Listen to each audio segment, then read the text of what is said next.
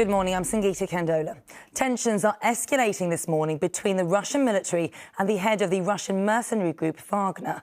Wagner boss Yevgeny Prigozhin appears to have dramatically turned against and vowed to topple Russia's military leadership.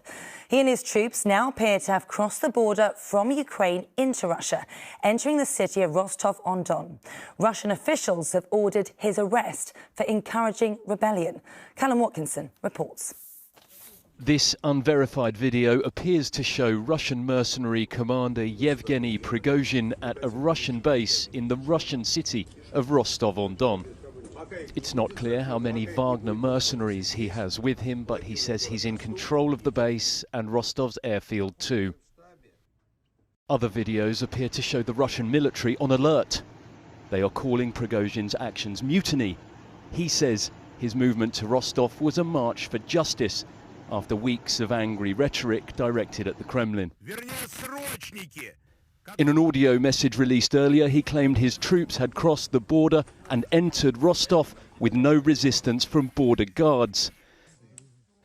The trigger for his actions was what he claims was a Russian missile attack on his forces, though there's been no definitive proof. Wagner mercenaries have played a key role in Russian success in Bakhmut, but he has accused commanders of starving his forces of ammunition. Other videos on social media appeared to show troops on the streets in Moscow and Russian commanders called on Wagner to stop. Vladimir Alexeyev, a high-ranking intelligence officer, called it a stab in the back to the country and the president and a coup d'etat, and said the last thing Russia needed was a civil war. He also denied there had been any strikes on Wagner fighters, but they have proved their mettle in the harshest theatre of this war, and this escalation of infighting is a significant challenge for Russia. Callum Watkinson, ITV News. Well, in the last few minutes, President Putin has addressed the Russian people in a national televised address. За право быть и оставаться Россией. He called the action an internal mutiny and said Russia would defend itself against those involved. He said security had been stepped up in all major cities and pledged that those who had betrayed Russia would face justice.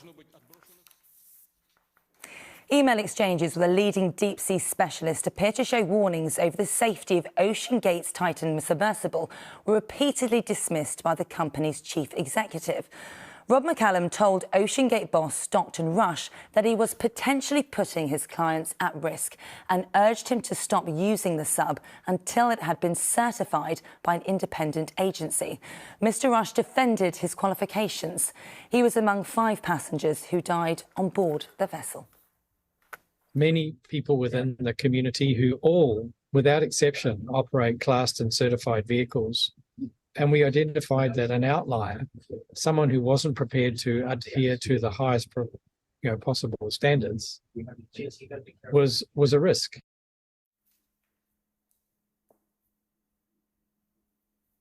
Scotland's First Minister is expected to lay out his plans for independence later at a special conference. Humza Yousaf will tell party members in Dundee they have the ability to achieve transformational change for Scotland. And finally, Glastonbury got off to a great start with stars taking to the pyramid stage last night.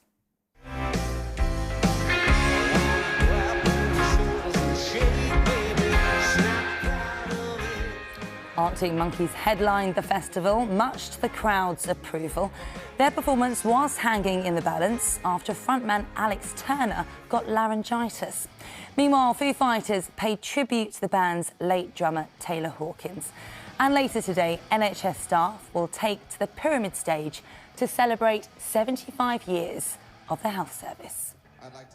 And that is all for now. I'm back with your lunchtime news at 1:15. Until then, do enjoy the rest of your morning. Bye-bye.